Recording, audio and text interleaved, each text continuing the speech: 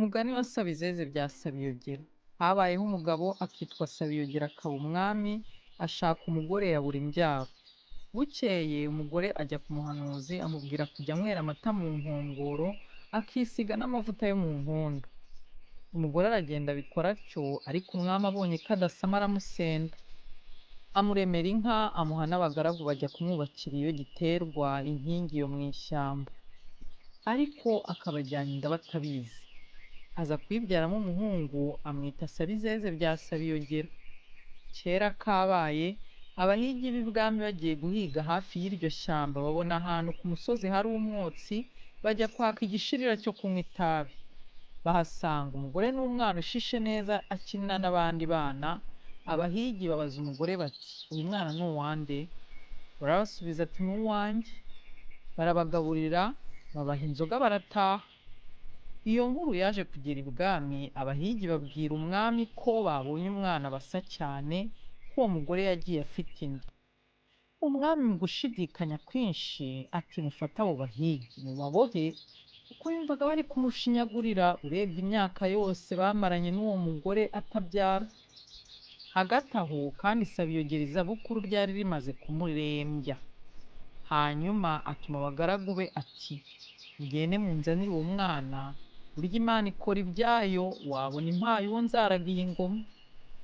Abagaragu baragiye no kwa nyina wa Sabizeze, baterega mubyeyi yituje gutwara wa muhungu wawe.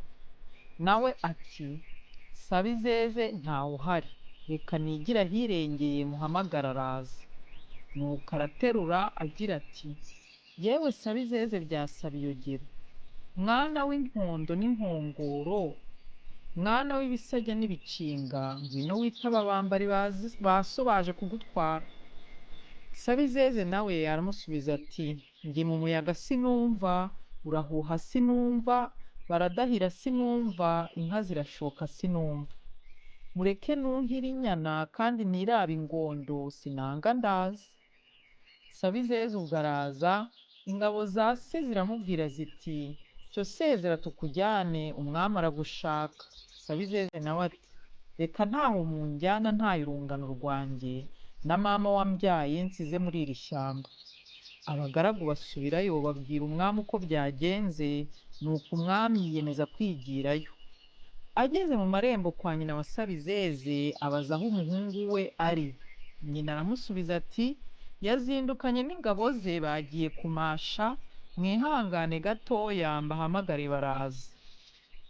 Nyina wa Sabizeze yigira ahitaruye ati, yewe Sabizeze bya Sabiyogera, mwana w'inkondo n'inkongoro, mwana w'ibisage n'ibikinga, ngwino witaba abambari ba so baje kugutwara. Sabizeze nawe aramusubiza ati, ndi mu muyaga sinumva, urahuha sinumva, baradahira sinumva, inka zirashoka sinumva. Mureke nuhire inyana kandi nirabe ingondo, sinanga ndaza. Sabizeze ubwo yaraje, ikondera ritsikimba, ingoma zinihira, impundu zivuga urwunge. Umwami amukubise amaso, ubwuzu buramutaha, ati, ngwino wowe ngoma igomba, uyime biragukwiye, uzane n'ingabo zawe na nyoko wakubyaye. Muzane ingobyi mubaheke bave muri iri shyamba. Nuko umwami, Sabizeze na nyina barabaheka, bose basubira ibwami, bongera kubana nk'umwami n'umwamikazi, ndetse na Sabizeze ajya kwitoza mu ngabo z'ibwami, baratunga baratunganirwa. Si jye wahera, hahera Sabizeze bya Sabiyogera.